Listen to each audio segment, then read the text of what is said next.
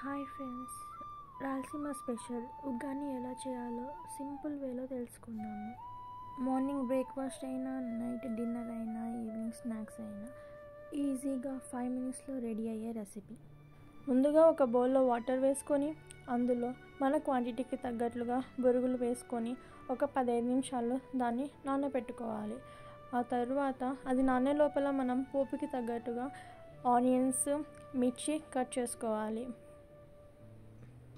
Spicy కోసము మిర్చి and salt వేసి గ్రైండ్ చేయాలి. స్టవ్ వెలిగించి ప్యాన్ పెట్టి అందులో ఆయిల్ వేయాలి.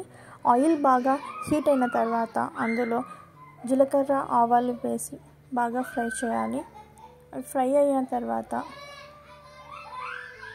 ముందుగా కట్ చేసుకున్న ఆనియన్స్ వేసి అది బాగా ఫ్రై అయ్యేటట్టు చేసుకోవాలి.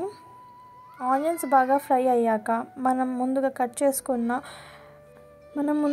చేసుకున్న మిర్చి కానీ వేసి బాగా ఫ్రై చేయాలి.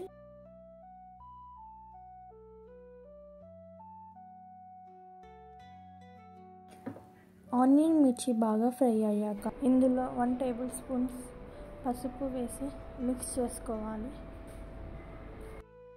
ముందుగా నానబెట్టుకున్న బొరుగులు తీసుకొని అందులోని ఎక్స్ట్రా వాటర్ని పిండేసి దాన్ని పక్కకు ఒక బౌల్లో తీసుకోవాలి.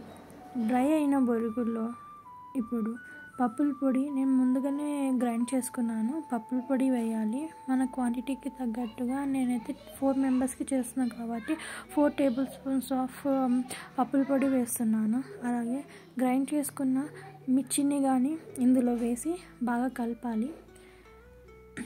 అప్పుడే బొరుగులకి బాగా పట్టి టేస్ట్ వస్తుంది.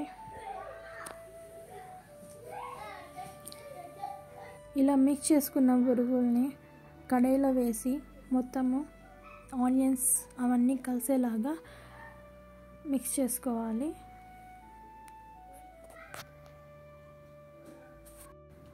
సో ఇందులో లెమన్ కానీ వేసుకుంటారు, అది మీ చాయిస్.